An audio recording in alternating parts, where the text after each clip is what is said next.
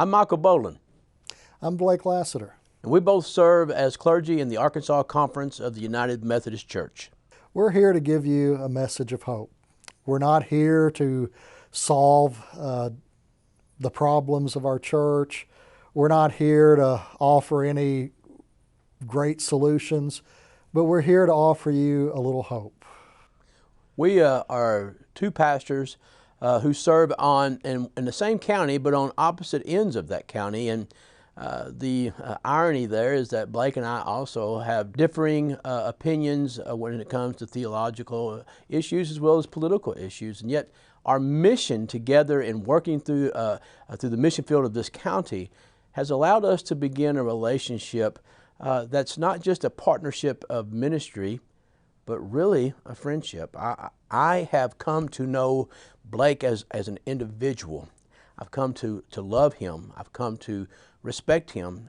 And because of that relationship, which started through missions, I honor him with my speech because I see Christ living in him and through him, even though he and I don't agree on many different topics. And we'll probably never agree on most of these topics. But in a world that is so divisive, that's so angry, that's so fearful, we want to give a message of hope that two different people can still come together.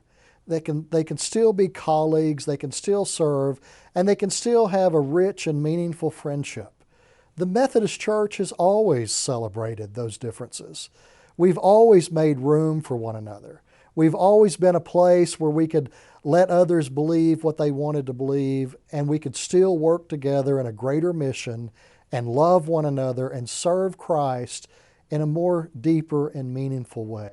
I mean, that is the heart of Methodism, right? That is the very heart of Methodism. And so today we want to extend this message of hope, saying that if you are like us and you love your church and you're concerned that you're losing your place or you're losing your home within your local congregation or within the United Methodist Church, we want to assure you that there are people like us all over this state who are wanting to find the way to bridge the gap. I think one thing Michael and I do have in common is that streak of rebelliousness. And I think what we'd like to say today, that in our world where there is such division and where there are those voices that are trying to pull us apart and turn us into enemies, we want to present a countercultural way. We want to show that we can still be United Methodists, working together, honoring our differences, respecting our differences, passionately fighting over our differences, but still remaining united and remaining as one in Christ. Christ calls us as the body to be united. And I am united with Blake, even through our differences, because we both love one another, we love our church, but most importantly, we love Jesus Christ and the message and the ministry that He's entrusted us to. And Jesus has called us to focus on that love that unites us, that brings us together. That love may not solve our differences, it may not be a solution to our problems, but it is a way that we can come together and serve as one and be a part of one church, one mission, one ministry. And that oneness can overcome the divisions not only in our church but in our culture. And I think more than ever in today's world, United Methodists need to be a witness to that. That we may not all believe alike, but we can certainly all love alike. Amen. And that love can transcend all divisions. And I think that's our simple message here today. We are vastly different people. We have different perspectives and opinions on so many things. But a mission has brought us together, a mission of serving God's people has brought us together, has built a good friendship that we have. And it's enriched our ministries and our missions, and it's enriched my faith. My friendship with Michael has deeply enriched me. I'm not to say that that's ever going to bridge our differences. I have passionate opinions and beliefs, and I think you do as well.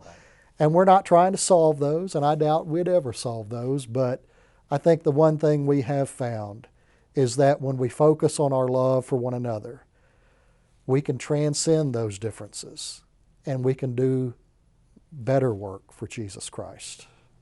So the big tent church that has been a part of our culture for so long, that seems to be tumbling, we want to remind you that it is still a true reality and possibility, because we know that that many of you identify with us and wanting to hold this intention so that the world can see an expression of God's grace and love, afresh and new, in the midst of the polarization that we have. Blake, listen, we could go on and on.